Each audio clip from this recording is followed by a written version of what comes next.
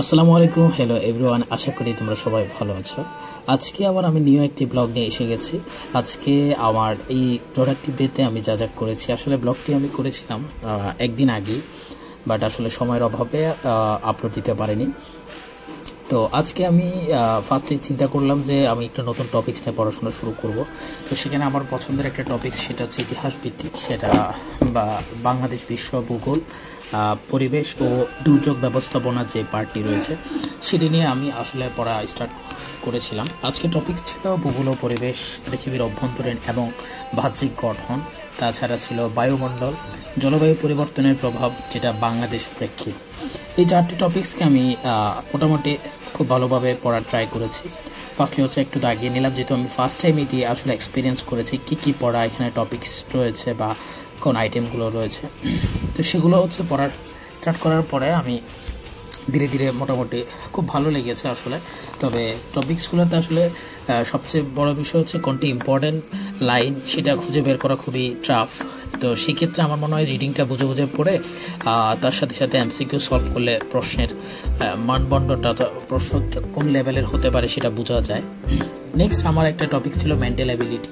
Mental অ্যাবিলিটির টপিক্সটা আসলে আমি আজকে সলভ করার ট্রাই করেছি। তবে এর আগে একবার আমি এই টপিক্সের ওপর কিছুটা স্টাডি করেছিলাম।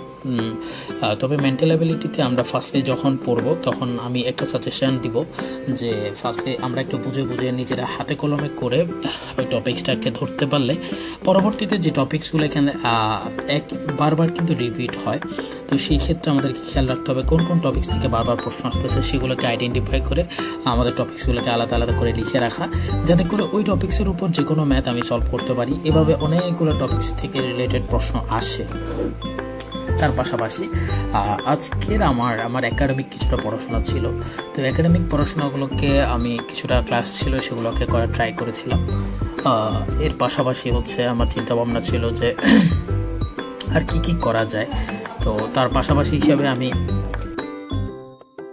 চেষ্টা করেছি আসলে কিভাবে আমাদের ডেটাকে আরও বেশি প্রোডাক্টিভ করা যায়। তো আমি একটি ডেকে প্রোডাক্টিভ করার জন্য সবচেয়ে ভালো যে দিকগুলো, সেটা হচ্ছে ফার্স্টে আমাদেরকে একটু সাজেশন ভিত্তিক লিখে রাখতে হবে অথবা রুটিন করে লিখে রাখতে হবে যে আজকের দিনে আমার কী পড়ার পরিকল্পনা রয়েছে, সেগুলোকে সাজিয়ে সুন্দরভাবে একটার পর একটা করে সলভ করলে মোটামুটি এর থেকে বেনিফিট পাওয়া যাবে। তারপর হচ্ছে আমাদের যে সবারই কমন একটা সমস্যা, সেটা হচ্ছে ইংলিশ ম্যাটার। তো আমাদের দৈনন্দিন টাইমে আমাদের ইংলিশ সাবজেক্ট থেকে কিছুটা সময়ের জন্য হলেও আসলে রাখা উচিত বলে আমি মনে করি। বিশেষ করে জব সেক্টরের ক্ষেত্রে ইংলিশের বহুমুখী প্রশ্ন আমাদের অনেক বেশি ভোগান্তি দিয়ে ফেলে।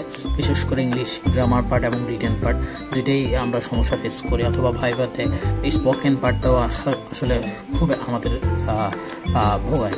তো সেক্ষেত্রে আমাদের সচেতন থেকে ফার্স্ট থেকে আমাদের রিটেন পার্ট নিয়ে কাজ করা উচিত। প্রত্যেক দিন কিছু না কিছু যে কোনো একটা টপিক্সের উপর হলো একটা রিটেন পার্ট লেখা উচিত। আমি এখন সেটা আসলে কন্টিনিউ করে ট্রাই করতেছি। যেহেতু আমাদের একাডেমিক প্রেশার থাকে, তো সেই ক্ষেত্রে একাডেমিক প্রেশারের সাথে সব কিছু আসলে হয়ে ওঠে না, আবার টিউশন করা, সব অনেক একটা প্রেশারের মধ্যে থাকতে হয়। তো সেটা আসলে দৈনন্দিন লাইফে সবারই একটা প্রেশার থাকে। তবে আমাদের প্রেশারটা কীভাবে আমরা আরও বেশি কাজে লাগাতে পারি। সবাইকে আসসালামু আলাইকুম।